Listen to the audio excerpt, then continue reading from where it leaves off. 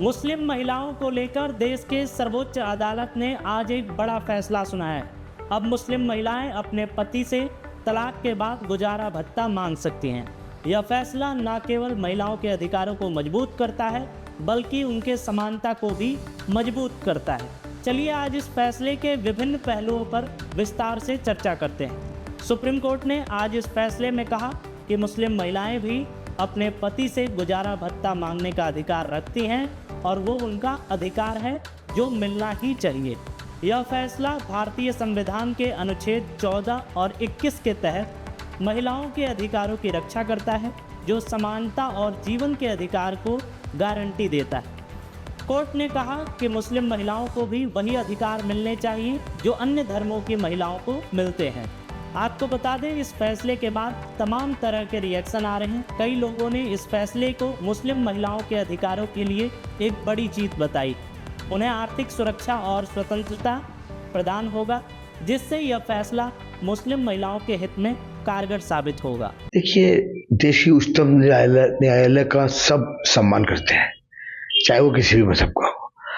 जब देश की सर्वोच्च अदालत ये कह रही है कि औरतों का हक मिलना चाहिए और वो भरण पोषण के लिए अपना हक मांग सकती हैं, तो देश की सरकार ने कानून बनाया था 3 तलाक।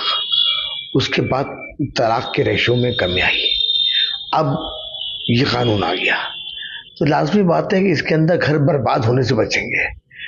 जो लोग गुस्से के अंदर, तैश के अंदर तलाक दे देते हैं या झगड़ा कर लेते हैं या अपनी मर्दानगी दिखाते हैं और उसके अंदर बड़ा घर बर्बाद हो जाता है, अब उस रेशो के अंदर कमी आएगी।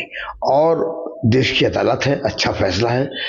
हम जो राष्ट्रहित में हो, हम उस फैसले का सम्मान करते हैं और इसके अंदर औरत जो है वो सुरक्षित होगी, महिला सुरक्षित होगी और महिलाओं को उनका हक मिलेगा। मज़हब इस्लाम में बीवी के और शौहर के हुकूक वाज़ेह तौर पर बयान किए गए हैं और ये कोशिश की गई है कि निकाह का जो रिश्ता है वो बाकी रहे, वो ख़त्म ना हो।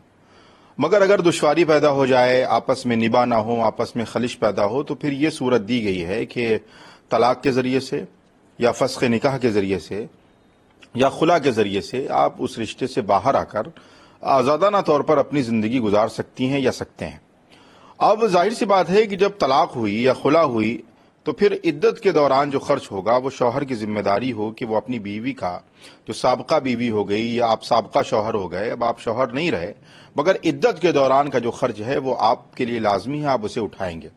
अब इद्दत के बाद जाहिर सी बात है शरई तौर पर भी वो बीवी नहीं रही, वो आज़ाद है, जहाँ चाहे शादी करे, अपनी आज़ादाना ज़िंदगी गुजारे और शौहर भी आज़ाद है कि वो दूसरा निकाह, दूसरी शादी कर सकता है। तो ऐसे में शरई नुक्ते नज़र से जब एक रिश्ता बाकी नहीं है, बीवी तलाक के ज़रिए से या खुला के ज़रिए से बीवी बाकी नहीं रही, शौहर तलाक के ज़रिए से शौहर बाकी नहीं रहा, तो फिर शरीयत ने ये जिम्मेदारी नहीं रखी है कि जब कोई रिश्ता नहीं है तो फिर उसका खर्च या उसका भत्ता शौहर पर लाजमी नहीं है। ये मजहबी नुक्ते नज़र की बातें हैं जो मजहब इस्लाम ने हमें बताई हैं। अब कानूनी नुक्ते नज़र से सुप्रीम कोर्ट ने किन बुनियादों पर यह फैसला किया है, क्या बातें रखी हैं, ये जो लॉ के जानकार हैं या जो मजहब के, जो कानून के जानकार हैं, वो बेहतर तरीके से बता सकते हैं। बहरहाल हमारी यही गुजारिश है कि मजहब इस्लाम ने वाज़ेह तौर पर एक इंसानी ज़िंदगी के लिए ये हिदायत पेश की हैं और मुझे लगता है कि सुप्रीम कोर्ट को इस अपने फैसले पर नज़रसानी करने की ज़रूरत है, रिव्यू करने की ज़रूरत है, ताकि जो मजहबी आज़ादी है वो कहीं ना कहीं मजरू ना हो और मजहब इस्लाम की जो खूबसूरती है वो बाकी रहे। आरएसएस ने एक पत्र के माध्यम से बताया है कि कुछ जगहों पे, देश में कुछ जगहों पे मुस्लिम आबादी तेजी से बढ़ रही है। ऐसे में जनसंख्या कानून नियंत्रण जो है वो बहुत ज़रूरी है। देखिए, सबसे पहली बात तो यह है कि आरएसएस अपने आप को एक बहुत जिम्मेदार तंजीम कहती है। मुझे नहीं लगता है कि आरएसएस के जिम्मेदारों को हमारे जो गैर मुस्लिम भाई हैं, जो बहुसंख्यक आबादी में रहने वाले लोग हैं, उन्हें मुसलमानों की आबादी का हव्वा दिखाकर डराने की ज़रूरत है। वैसे तो मुस्लिम आबादी कतई तौर पर कहीं नहीं बढ़ रही है, सेंसस रिपोर्ट हमारे सामने है, मुख्तलिफ मौक़े पर सर्वे हुए हैं जिसमें यह बात वाज़ेह तौर पर सामने आई है कि मुस्लिम फैमिली का जो पैमाना है और जो मुस्लिम फैमिली है वो कहीं ना कहीं किसी भी पैमाने पर नहीं बढ़ रही है। और अगर मान भी लिया जाए कि मुस्लिम आबादी किसी सूरत में बढ़ी है, तो फिर उसका हव्वा दिखाने की क्या जरूरत है? क्या अगर मुसलमान बढ़ जाएंगे तो वो हिंदुओं को खा जाएंगे या हिंदुओं पर जुल्म करेंगे? बल्कि देखने में तो ये आता है कि जो बहुसंख्यक आबादी है, चाहे वो शामली में देखें कि एक मुसलमान को झुंड बनाकर मॉब लिंचिंग के नाम पर कत्ल कर दिया जाता है, उसकी लिंचिंग होती है, कहीं अखलाक को मार दिया जाता है।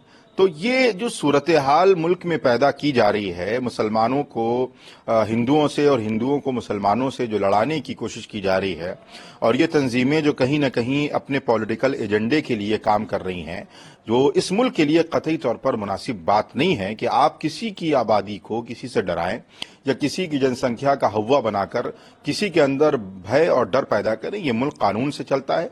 अगर कोई आबादी ज्यादा है तो मुसलमानों को कतई तौर पर डरने की जरूरत नहीं कि इस मुल्क में हिंदू ज्यादा है। क्या हिंदू इस मुल्क के अंदर अगर ज्यादा हैं तो क्या वो मुसलमानों पर हमला आवर हो जाएंगे? तो ये मुल्क कानून से चलता है। कानून की बात की जाए और कानून की बालादस्ती ही हमें लगता है इस मुल्क के लिए सालिमियत और इस मुल्क की बका के लिए जरूरी है। और उनके ऊपर जो सामाजिक दबाव का डर रहता है वो भी कम होगा। मुस्लिम महिला संगठनों ने भी इस फैसले का स्वागत किया है और उसे न्याय की दिशा में एक महत्वपूर्ण कदम बताया है। कानूनी विशेषज्ञों का मानना है कि यह फैसला भारतीय न्यायिक प्रणाली में महिलाओं के लिए समानता और न्याय सुनिश्चित करने की दिशा में एक महत्वपूर्ण कदम है। वे कहते हैं कि इस फैसले से समाज में महिलाओं की स्थिति बेहतर होगी और उन्हें और भी सुरक्षा प्रदान होगी और वो अपने अधिकारों के प्रति और जागरूक हो सकेंगी। इस फैसले का समाज पर व्यापक प्रभाव पड़ने वाला है। यह समाज में महिलाओं के प्रति दृष्टिकोण को बदलेगा और उन्हें समान अधिकार दिलाने की दिशा में एक महत्वपूर्ण कदम साबित होगा। यह कहना उचित होगा कि सुप्रीम कोर्ट का यह फैसला एक प्रगतिशील और न्यायपूर्ण समाज की दिशा में एक महत्वपूर्ण कदम। आप इस फैसले पर क्या सोचते हैं? वीडियो के कमेंट बॉक्स में हमें बताएं और ऐसी ही तमाम खबरों को देखने के लिए देखते रहें द हॉक।